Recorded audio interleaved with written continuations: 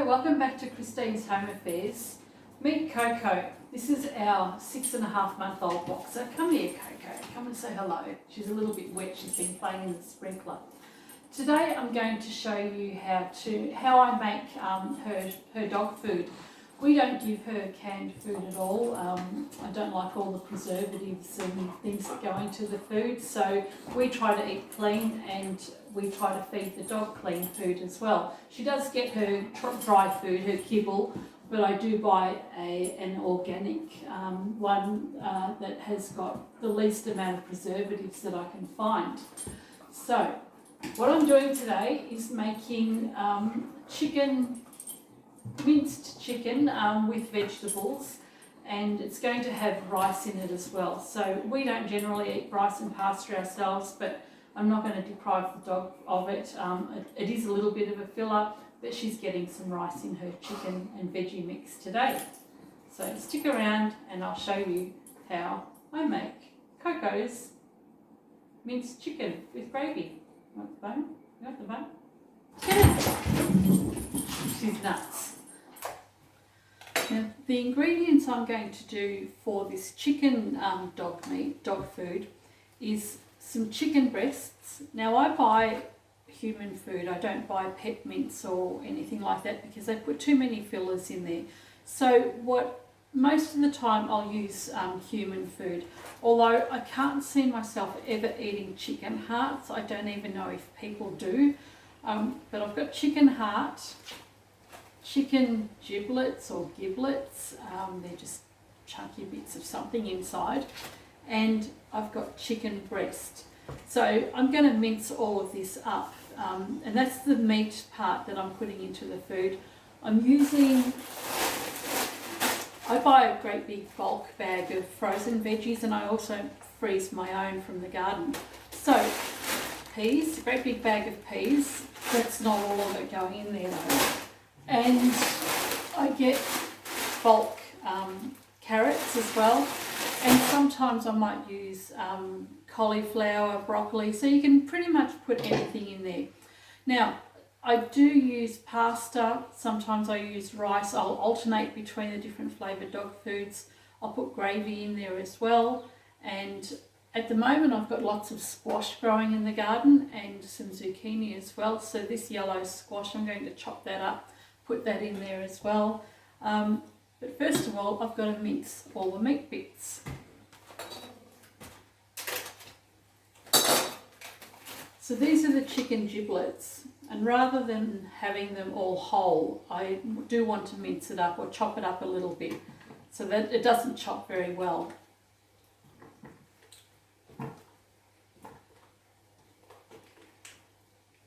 So the giblets, I'm going to do this in stages.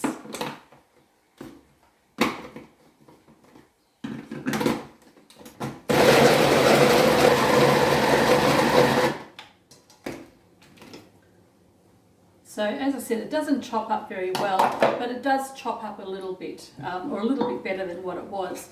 Now, I like to use a big heavy wok because I can actually pack everything in here. All I'm going to do is put a little bit of olive oil in the base of this. So just put some olive oil in there. That's just so the meat doesn't stick to the pan, although it won't in a Teflon pan anyway. Put that on the heat.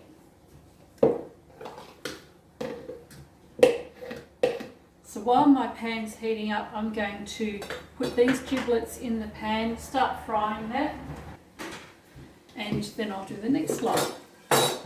So I do a great big batch of this. I actually do lots of different batches with beef, chicken, lamb, pork. Sometimes I'll do a fish, and I just have them stacked in the freezer, and every time I take out a bag or a container, we use that for a day or two, well, a few days at the moment while she's young, and then go on to the next flavour after that. And I usually have a great big couple of days in the kitchen where I cook up all of Coco's food. Now, I don't need to brown the meat, I just want to get rid of all the blood, all the juices that are in it. So the next to go in is the chicken hearts. These blend up pretty well.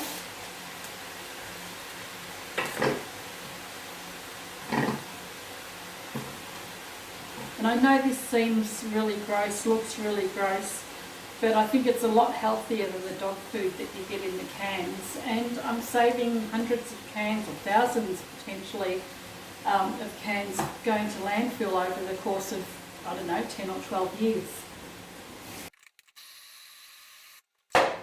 So the chicken hearts, they mince up really, really well. So I'll have a mixture of chunky bits from the giblets and the vegetables, and then the rest of it will be minced up. Now I might just add this blender that I'm using. It's got a couple of blades on it, so it's really good for mincing the food.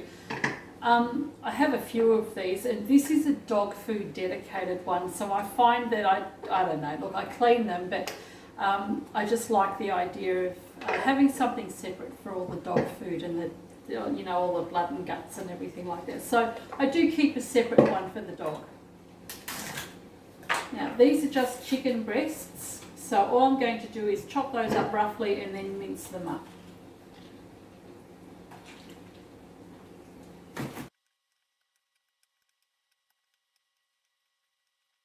Now my pan is actually looking a little bit full, so the two other breasts, I'll keep those, I'll freeze those for us, and these ones I'll just mince up.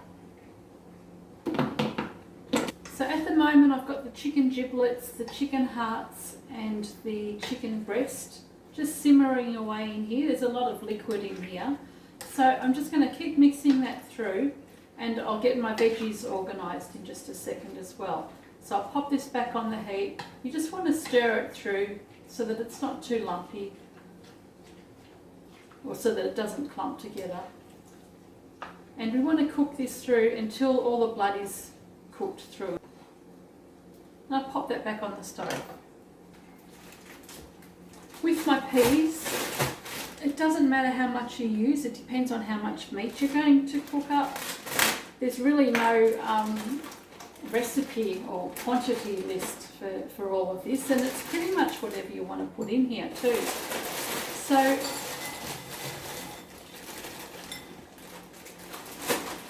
I've got about a bowl of peas. I'll do the same for the carrots.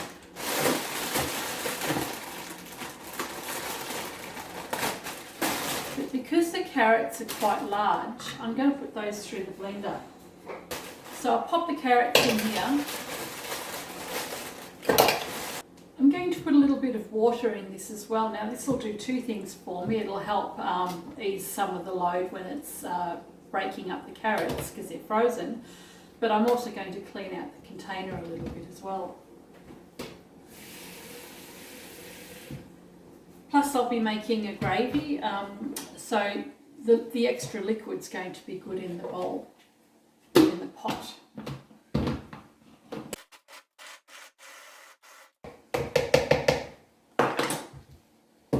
So the carrot's all nicely chopped up. Still frozen, but it's chopped up. And I'm going to put all of that as is into the pan. So the carrots and peas are all in here, and I'm just going to mix it through. Now, I know I've overloaded the pan, but this is actually the biggest. It's not the biggest one I've got, but it's the most convenient one that I've got that I can use to make this dog food. So if you've got something bigger, by all means go ahead and use a bigger pot. The next size up that I've got is actually like really, really big. It's just way too big. And knowing me, I'd fill it. So just mix all that through. Let the whole mixture cook through. And I'm going to add some flax to this just for some fibre. And I'll also put some gravy in here as well.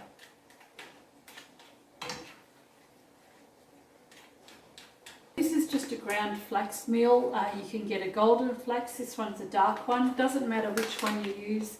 You don't even have to use this. This is dog food. It's not a recipe that, you know, we're having for ourselves. Put pretty much whatever you like in here. I do zucchini if I have it. So I do a couple of tablespoons of flax meal. And that just gives some extra fibre for the dog. It's really, really good for us and for the dog. And if you've got any more veggies, you can chuck those in as well. I'm going to chop up some squash and put that in as well because I've got too many. And mix this all through.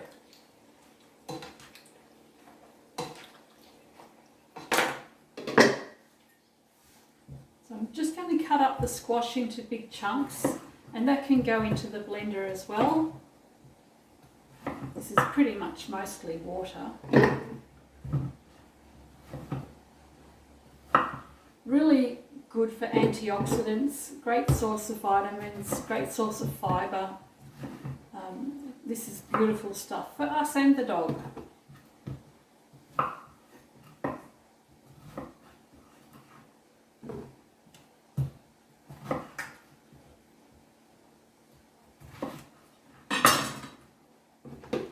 And I'll pop some water in there.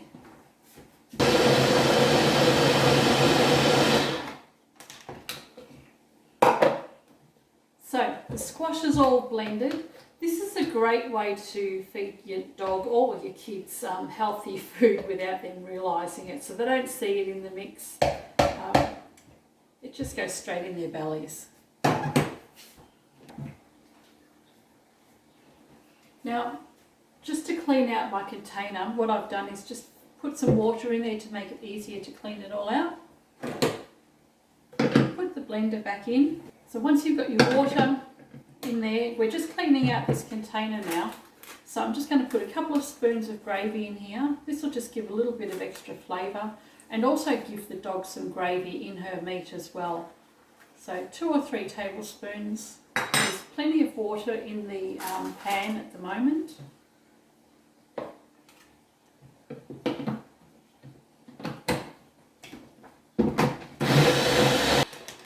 And mix that through. So then she's got some gravy in with her dog, with her pet food as well.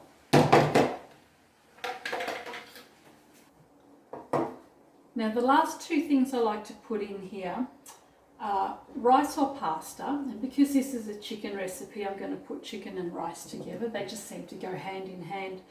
Now it's pretty much a filler, but whether or not you use this, it's completely up to you. We don't eat rice and pasta ourselves, but I feel like Coco should have some. So rice or pasta in here if you want to. Now, I'm not cooking it separately. I'm actually just going to put it in the pan. So there's just a couple of handfuls. Put this in the pan. Cook that through until it's almost soft. And if it needs more water, I'll add that to the pan as well. The other thing I'm putting in is a couple of eggs. So eggs are fantastic for her coat. So just crack a couple of eggs and we'll mix all of this through.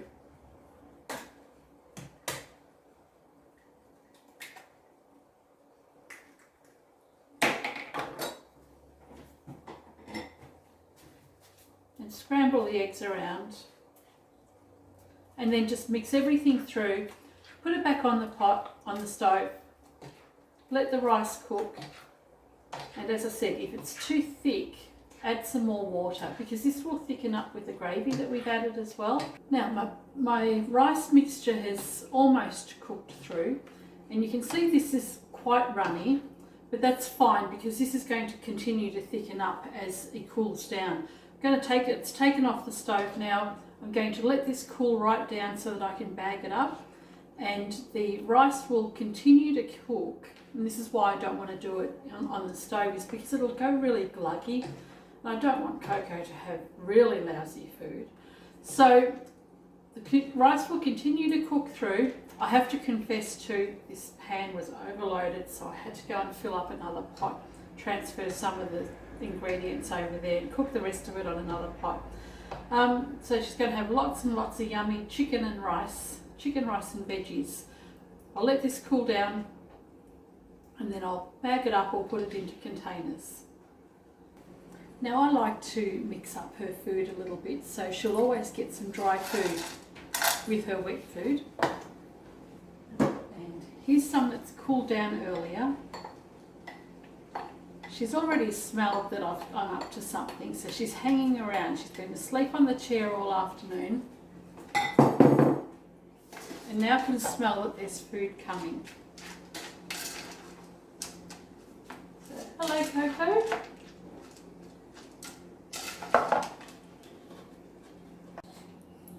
Oh, what a good little girl she is, waiting patiently for her food. You want some lunch? Hey, you want some lunch, Coco?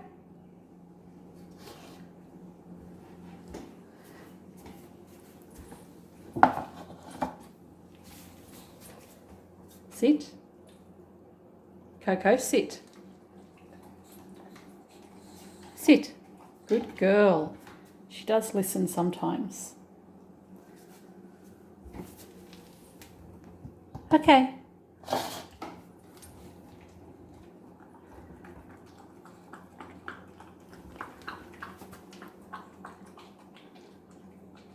Is that a winner? Yeah? Is that good? Yum yum?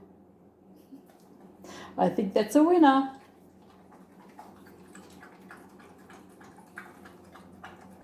Once everything's cooled down, grab some plastic containers or some freezer bags and fill them up. Usually what I do, I have a layer in the fridge or in the freezer, one for beef, one for chicken, one for pork, whatever.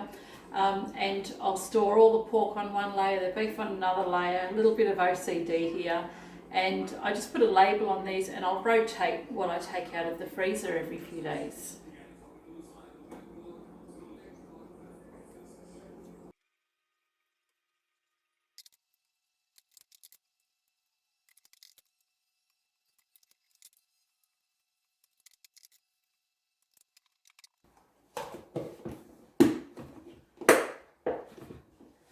There we go.